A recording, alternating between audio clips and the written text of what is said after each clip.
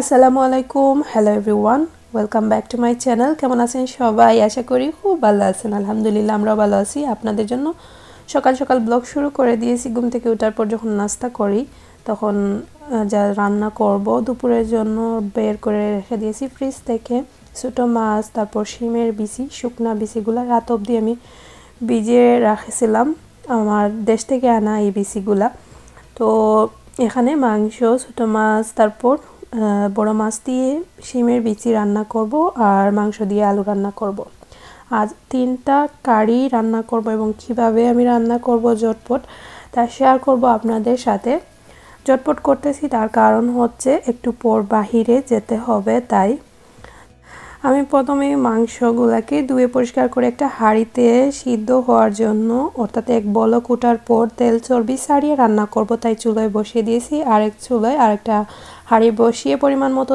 তেল দিয়ে 1 টিস্পুন রসুন বাটা দিয়ে দিলাম আর এখন নাড়াচাড়া করতেছি লাল করে ভাজার জন্য এই তো গোল্ডেন ব্রাউন কালার হয়ে আসছে এখন আমি 2 টিস্পুনের মতো পেঁয়াজ বাটা দিয়ে দিলাম আর স্বাদ মতো লবণ দিয়ে দিয়েছি আর এই হাঁড়িটা হচ্ছে শিমের বিচি রান্না করার জন্য পরিমাণ মতো হলুদের গুঁড়া দিয়ে দিলাম এবং 1.5 টিস্পুন ধনে পাউডার আর হচ্ছে মিক্স মশলা আর হচ্ছে ফিশের মশলা যেটা মরিচন থেকে আমি কিনে আনছিলাম স্বাদ মতো মরিচ দিয়ে দিলাম তো এখন আমি নাড়াচাড়া করব এবং হালকা একটু পানি দিয়ে সুন্দর করে মশলাটাকে কষাবো এই মুহূর্তে আমি দিয়েছি ফিশ মশলা যেটা মরিচন থেকে কিনে আনছিলাম তো আমি সবসময় এই কথা বলি কারণ হচ্ছে হয়তো অনেকের বোঝার প্রবলেম হবে ফিশ মশলা কি বা ওইটাই তো যাই হোক নতুনদের উদ্দেশ্যেই বলা পানি দিয়ে দিলাম আর নাড়াচাড়া করব এবং এখন ঢাকনা দিয়ে ঢেকে রাখবো এদিকে চুলায় অন্য চুলার যে বসিয়ে রাখছিলাম মাংস ওইটা মানে যখন বলক উঠে গেছিলো তখন আমি পানি জড়িয়ে পরিষ্কার করে আরেকটা হাঁড়িতে আদা রসুনের পেস্ট এবং পেঁয়াজ কুচি তারপরে সব ধরনের গোটা মশলা দারচিনি এলাচি গোলমরিচ লং পাঁচফোড়ন দিয়ে দিয়েছি এখন স্বাদ মতো লবণ দিয়ে দিলাম আর তেল দিয়ে দিচ্ছি পরিমাণ মতো একে একে সব ধরনের গুঁড়া মশলা অ্যাড করব প্রথমেই আমি জিরা গুঁড়া দিয়ে দিয়েছি 2 চামচের মতো 1/2 টিস্পুন হলুদের গুঁড়া এবং 1/2 টিস্পুন মিক্স মশলা 1/2 টিস্পুন গরম মশলা এবং 1.5 টিস্পুন ধনে পাউডার আর গোস্ত মশলা যেটা মরিচন থেকে কিনে আনছি ওইটা 1/2 টিস্পুন দিয়েছি সুন্দর একটা ফ্লেভার আসার জন্য তো এখন সব মশলাগুলোকে ভালোভাবে মিক্স করে চুলায় বসিয়ে দেব আর এইভাবে রান্না করলে খুব ইজিলি রান্না হয়ে যায় আর কোনো কাজ করা লাগে না একটু পর পর শুধু হালকা পানি দেয়া লাগলে পানি দিয়ে নাড়াচাড়া করলেই হয়ে যায় আর এদিকে আমি একটু পর পর শিমের বিচি যে মশলা ওইটা নাড়াচাড়া করে খুব সুন্দর করে কষানোর পর আমি শিমের বিচি দিয়ে দিলাম আর শিমের বিচিকে একটু ভালোভাবে নাড়াচাড়া করে আমি ঢাকনা দিয়ে ঢেকে রাখবো আর এদিকে আরেকটি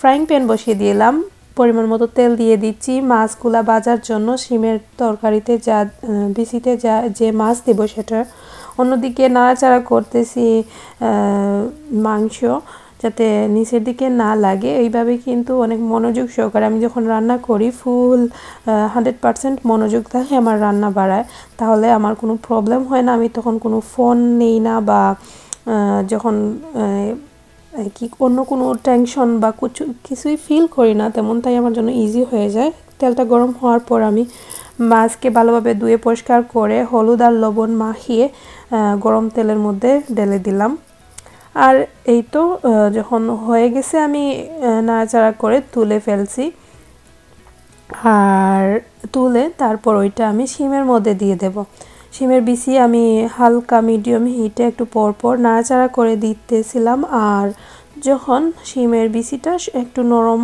পজিশনে চলে আসছে অর্থাৎ 10 থেকে 15 মিনিট পর আমি দিয়ে দেব মাছ এদিকে ছোটো মাছ যেটা আমি টক রান্না করার জন্য রেখেছিলাম ছোটো মাছ দিয়ে টক রান্না করব আমি এখন ভেজে নিচ্ছি আর এদিকে শিমের বিচি হওয়ার পর আমি এখানে অর্থাৎ শিমের বিচির থেকে কাঁচা ভাব বা গন্ধটা চলে যাওয়ার পরই আমি মাছ অ্যাড করে দিলাম এবং পরিমাণ মতো জল দিয়ে এখন আরও 10 থেকে 15 মিনিটের মতো জাল দেব চুলায়। যখন মাখা মাখা হয়ে আসবে জল, আমি চুলা থেকে নামিয়ে ফেলব। আর অবশ্যই আমি যখন শিমের বিচি খসাচ্ছিলাম তখন হালকা পানি দেয়া লাগলে একটু পরপর পানি দিয়ে খুব সুন্দর করে খসানো পর আমি এখানে মাছ এবং জল দিয়েছি। আর এদিকে অন্য চুলার যে মাংস একটু পরপর নাড়াচাড়া করে দিচ্ছি যাতে তলায় না লাগে। আর এদিকে আমার ছোটো মাছ ফ্রাই করা হয়ে গেছে।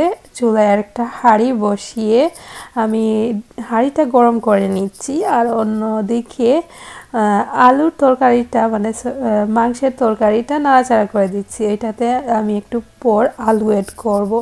আর ঝটপট রান্নাটা শেষ করা লাগবে, কারণ তো আগে বললাম আপনাদেরকে বাইরে যাব, তো বাইরে টুকটাক শপিং আছে, ওইটা সেরে তারপর দেখাবো আপনাদের সাথে, শেয়ার করেছি ইনশাল্লাহ। তো এদিকে আমি শিমের যে হাঁড়িটা ওইটা অন্য চুলায় বসিয়ে ওই চুলায় আরেকটা হাঁড়ি বসিয়ে পরিমাণ মতো তেল দিয়ে 1 চামচের মতো রসুন এবং 1 চামচের মতো পেঁয়াজ বাটা দিয়ে দিলাম। যখন রসুনটা লাল হয়ে গেছিলো তখন আমি পেঁয়াজ অ্যাড করেছি। আর এটাতে আমি টক রান্না করব। ডেফলের আমি আমাদের আঞ্চলিক ভাষায় বলে, সিলেটি আঞ্চলিক ভাষায় ডেফলের আমি বলে, সর্দি সর্দি ভাব থাকলে কমে যায়। তো এখন আমি স্বাদ মতো লবণ দিয়ে দিয়েছি এবং হাফ টিস্পুন হলুদের গুঁড়া এবং হাফ টিস্পুন মরিচের গুঁড়া দিয়ে দিলাম। আর কোনো ধরনের গুঁড়া মশলা অ্যাড করব না। তো যে কথা বলতেছিলাম ডেফলের আমি, হয়তো ডেফলের সত্য বা আই ডোন্ট নো কী বলে শুদ্ধ বাংলায় এইটাকে, আমাদের আঞ্চলিক ভাষায় বা আমাদের সিলেটিরা সবাই কম বেশ ডেফলের আমিটা মানে খান বা চিনেন। তো যাই হোক, আমি হালকা পানি দিয়ে খুব সুন্দর করে মশলাটাকে কষাবো, তারপর ওইখানে আমি অ্যাড করব। 10 মিনিট পর এই তো এই যে আমি ভিজিয়ে রাখছিলাম ডেফলের আমি মাইক্রো ওভেনে হালকা একটু গরম করে আমি এর মধ্যে ঢেলে দিয়েছি এবং ওই যে যতটুকু পানি আমি হালকা ওইটা জাল দিয়ে কমাবো, তারপর এর মধ্যে আমি এখানে মাছ অ্যাড করবো। ছোটো মাছ দিয়ে এই টকটা খেতে অসাধারণ। আর যখন সর্দি কারো থাকে তখন এই আমিটা খেলে কিন্তু সর্দি ভাবটা চলে যায় এবং জ্বরের মুখে খুব ভালো লাগে খেতে। এদিকে আমি অন্য চুলায় যে মাংস বসিয়েছিলাম ওইখানে আলু এবং এই যে টমেটো দিয়ে দিয়েছি, দিয়ে জল দিয়ে দিলাম যতটুকু লাগবে। জল দিয়েছি 10 মিনিট পর। আলুটাকে কিন্তু মাংসের সাথে 10 মিনিট আমি একটু নাড়াচাড়া করার পর আমি জল দিয়েছিলাম। আর এখানে ওই তো আমি মাছ দিয়ে দিলাম এবং পরিমাণ মতো জল দিয়ে দেব। আর জলটা একটু বেশি পরিমাণে দেব, কারণ টকটা হালকা পাতলা খেতে আমার কাছে ভালোই লাগে। তো পানি দিয়ে তারপর ঢাকনা দিয়ে রেখে মিডিয়াম হিটে রেখে আমি যা যা বের হয়েছিল ওইগুলা ক্লিন করে আমি নিজে ফ্রেশ হয়ে একটু বাইরে যাওয়ার জন্য রওনা দিচ্ছি। আলসা বাবা ঘরে আছেন, বাচ্চাদেরকে একটু দেখবেন, একটু হাঁটাহাঁটি করে আসবো। আর ঝটপট রান্না বাড়া করার ফলে খুব সকাল রান্নাটা শেষ করে ফেলেছি। এখন ঘড়িতে মেবি 12টা বেজেছে, তাই ভাবলাম একটু হাঁটাহাঁটি করে আসি, দরকারি কিছু জিনিসপত্র কেনার আছে এবং আরেকটা স্পেশাল কাজ আছে, ওইটা সেরে একটু হাঁটাহাঁটি হয়ে যাবে।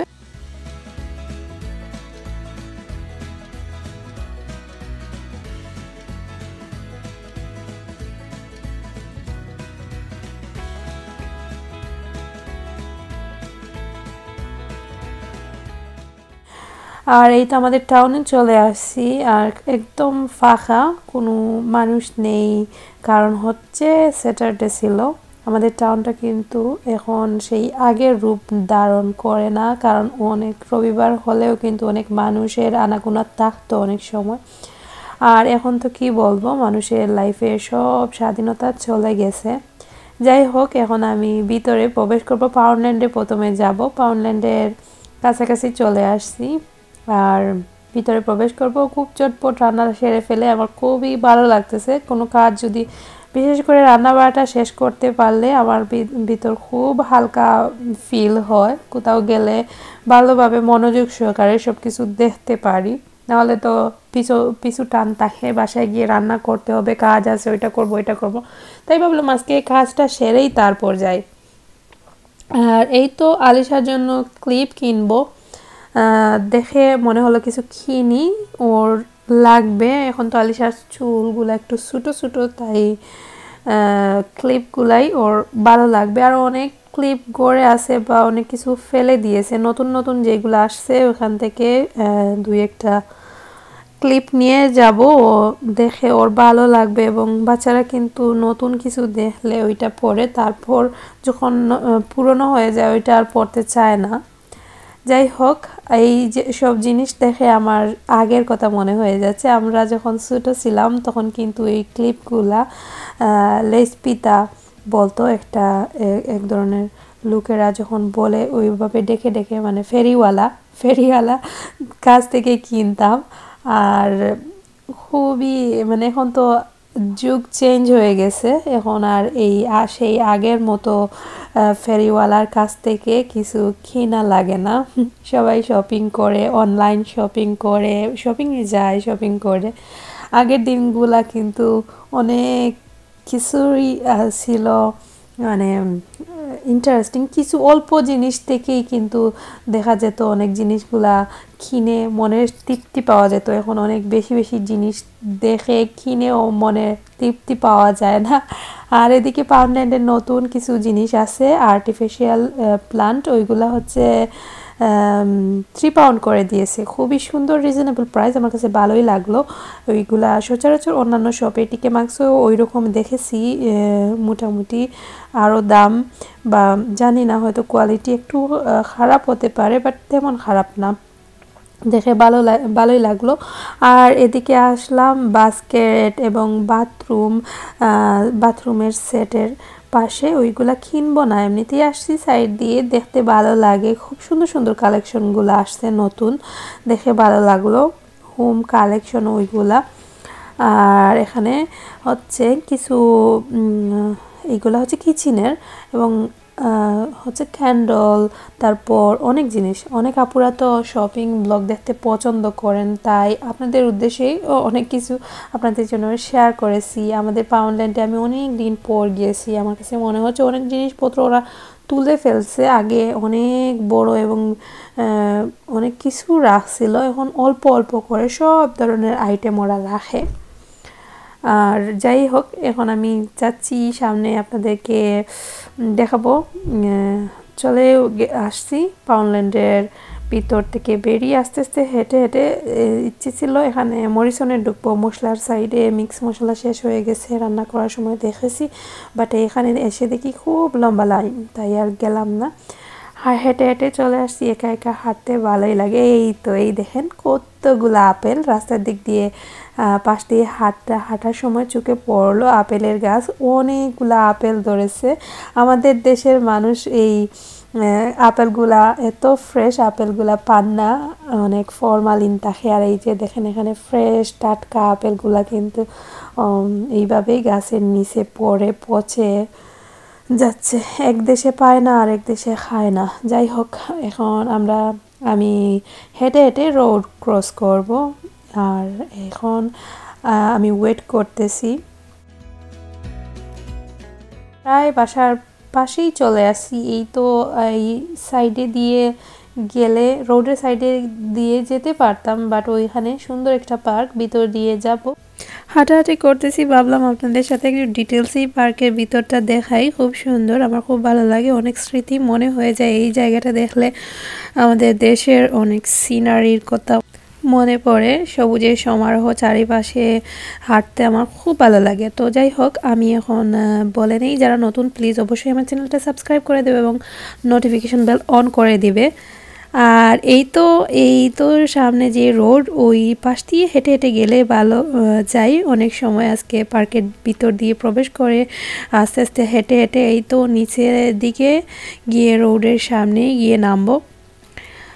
আর খুব ভালো লাগতেছিল, বিশেষ করে ওয়েদারের কারণেই, সুন্দর একটা সানি ওয়েদার।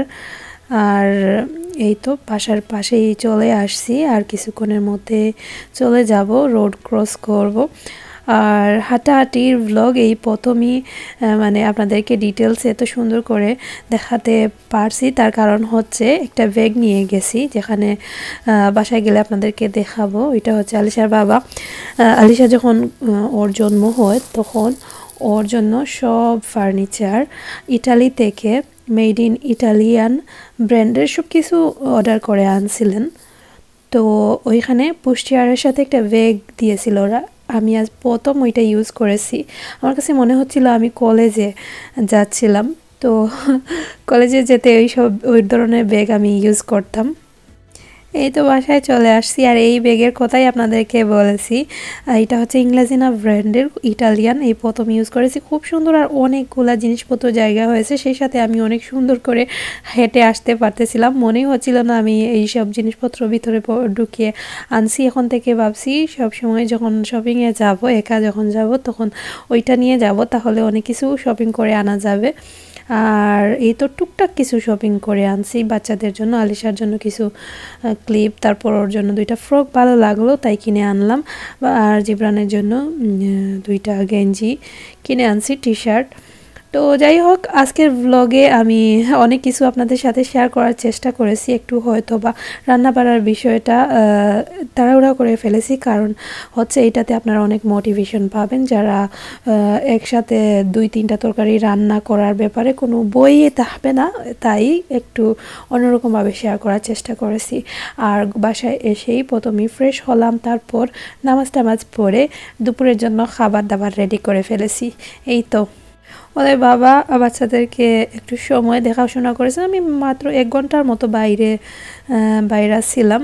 তো শুধু পাউন্ডল্যান্ডের থেকে কিছু টুকটাক শপিং করে বাসায় চলে আসছি, আর একটু হাঁটাহাঁটি হয়ে গেল, সেই সাথে কিছু টুকটাক জিনিস দরকারি ছিল, ওইগুলো কিনে আনলাম। তারপর আরেকটা দরকারি কাজ ছিল, সেটাও সেরে ফেললাম। এবার এদিকে রান্না বাড়াও সেরে ফেলেছি, নামাজটা আদায় করে ফেলেছি। বাচ্চাদেরকে, জিবরানকে খাওয়ানো হয়ে গেছে, ওর বাবা হেঁটে হেঁটে খাইয়ে দিয়েছিলেন, আর ও ঘুমিয়ে পড়েছে। এখন আমরা খাবো। তারপর এই তো খুবই তাড়াহুড়া করে সব কিছু চটপট শেষ হয়ে গেছে। আজকের ব্লগ এখানেই আমি বিদায় নিয়ে নিচ্ছি। অনেক কিছু আপনাদের সাথে শেয়ার করেছি, আশা করছি ভালো লাগছে, এবং ভুল ত্রুটি হলে ক্ষমা সুন্দর দৃষ্টিতে দেখবেন। আল্লাহ হাফিজ।